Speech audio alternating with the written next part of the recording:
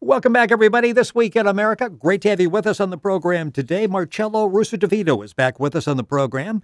The acclaimed chef and owner of several restaurants, including Suffren and the New York-based Marcello's, one of the top-rated Italian restaurants in the United States. He's a chef owner who learned his craft at a cooking school in Tuscany from a small, humble 45-seat restaurant in 1986.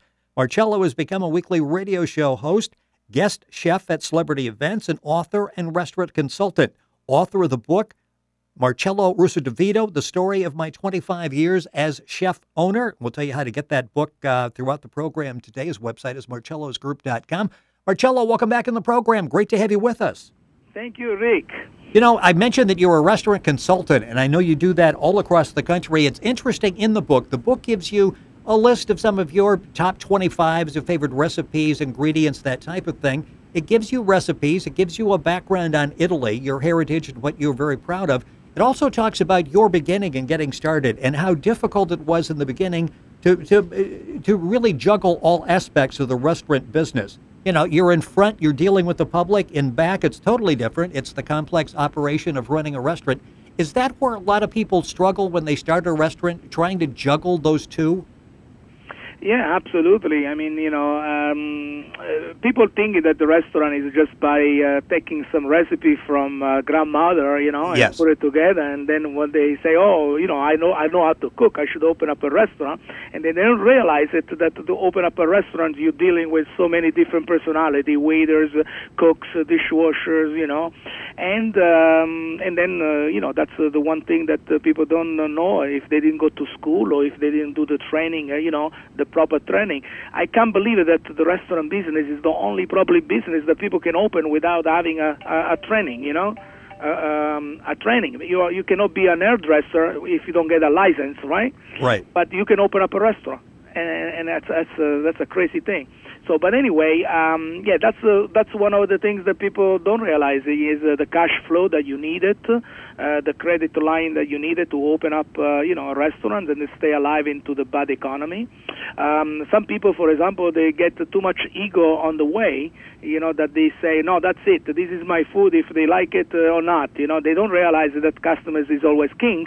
But not always, but you have to be, in between. You have to let them believe that the customer is always the king, and you cannot go in and say, I will not do this, that's it, either my food, and most of the people go out of business because of that. Well, and you talk in the book, and it's Marcello Russodovito, The Story of My 25 Years as Chef Owner, by the way, at marcellosgroup.com. You can get an e-version of the book, less than $3. It's jam-packed with information on Italy, on Marcello's background, recipes, Italian food, authentic Italian food. It's available at marcellosgroup.com. Maybe we'll link onto that at our website, thisweekinamerica.us. One thing before you actually got into ownership yourself that used to drive you crazy is when restaurants were more concerned about cranking out the high volume rather than the quality. And that has to be something else to juggle. I mean, you obviously need people coming through to pay the bills, but you're also concerned as a chef, an award-winning chef like you are, to make sure that quality stays. Well, one of the episodes on my book, I wrote the story, and then every 5 years I wrote a chapter, okay, of a funny story, that tells what happened in the restaurant. But also one of the story was that I was always fired by many restaurants, okay, not because I was not good, either because I was too good, okay, or because I was telling them what to do. An example: in one time in a restaurant, the chef was the brother of an executive, so he bought a restaurant for the brother, but the brother had no experience, so he wanted to do like 140, 150 covers, where he only knew how to do maybe 50 or 60. Okay, and so what I did, I was working as a manager, a restaurant manager. So I cut down the amount of seats to about 80 seats instead of 140. And I told them, why don't you learn how to do 80 wonderful, and then we increase over 10 in each week. And I got fired. But then the restaurant, 3 months later, closed down the door. So and quality is very, very important because, some people, they like to create dishes that they are not able to execute it, if you don't have so many chefs. So how are you doing in a bad economy? You have to know how to make the dishes according to your stoves, oven, broiler, okay? But most of the chefs, they look at the Food Network, and they say, oh, wow, I want to do this tuna, I want to do this one, I want to do that one. But then when they realize that you have 40, 50, 60, 70 customers coming all at the same time, and you're not able to keep up the quality, Well, and you like to share that knowledge, and again, a lot of that's available in Marcello's book, The Story of My 25 Years as Chef Owner, available at marcellosgroup.com. And you have a chef table and cooking demonstration studio where you actually do classes and you'll even cook for private groups of people. Yes. We have something similar to the Food Network where 12 people can sit down all around my studio, and I do either cooking demonstrations or I show them how to make. I do a fancy dinner inside the kitchen, or I do hands-on, where people can coming in and help learning how to make fresh pasta or make gnocchi, cut the vegetables. It's a fun place, to be. I built this about 10 years ago, when I said, when I'm going to be around 50, 55, 60, maybe I want to, just to do the cooking class. I'm 54 now, and I still do both. I'm still doing in the restaurant and in the studio, but it's a very fun place to do it, to be. It's really nice. We have a lot of videos on YouTube that people can look. So if they go to my website, they can go to the YouTube and then they can see the studio itself. Well, you're doing it in a tough market. You've got two very popular and award-winning restaurants in the metropolitan New York area. So you're doing it where there's a lot of competition there.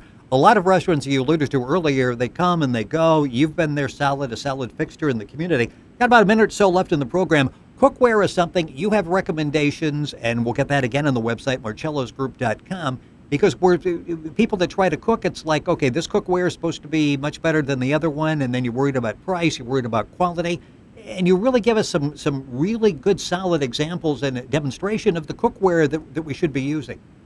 Yeah, well, each time I try to choose a different cookware than I cook, and if I like it, when people come and do my cooking classes, I introduce the cookware, and then of course they always ask me what to buy, so I post it on the website, so I give them some recommendation.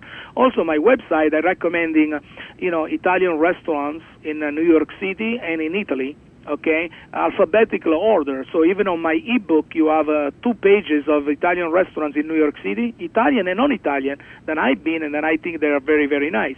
So I give this recommendation. Or if you travel to Italy, I give recommendation of Italian restaurants region by region with their email address and telephone number and websites. Also, like I was telling you on off the air, that for many years, I've been traveling Italy. I bring groups to Italy. So if somebody wants, to creating from A to Z recommendation to go to Italy, of course I charge a small fee for that, but they can call me or email to me, and then I can take care a trip for them worry-free. All of that information is at marcellosgroup.com, and he mentions going to Italy. And if you're planning a trip to Italy, this is like must read, The Story of My 25 Years as Chef Owner. In 1997, Marcello was given an award, a very prestigious award, Ambassador of Food and Italian Culture Abroad Award, presented by the President of Italy. So he knows what he's talking about. He's very proud of Italy. In fact, as you're reading through the book, you'll see sections in Italian as well as English, and it's really a guide if you're planning on going there, or if you're planning on just staying home and trying to cook some good Italian food. The book is excellent. Marcello Russodovito, The Story of My 25 Years as Chef Owner. His website is marcellosgroup.com.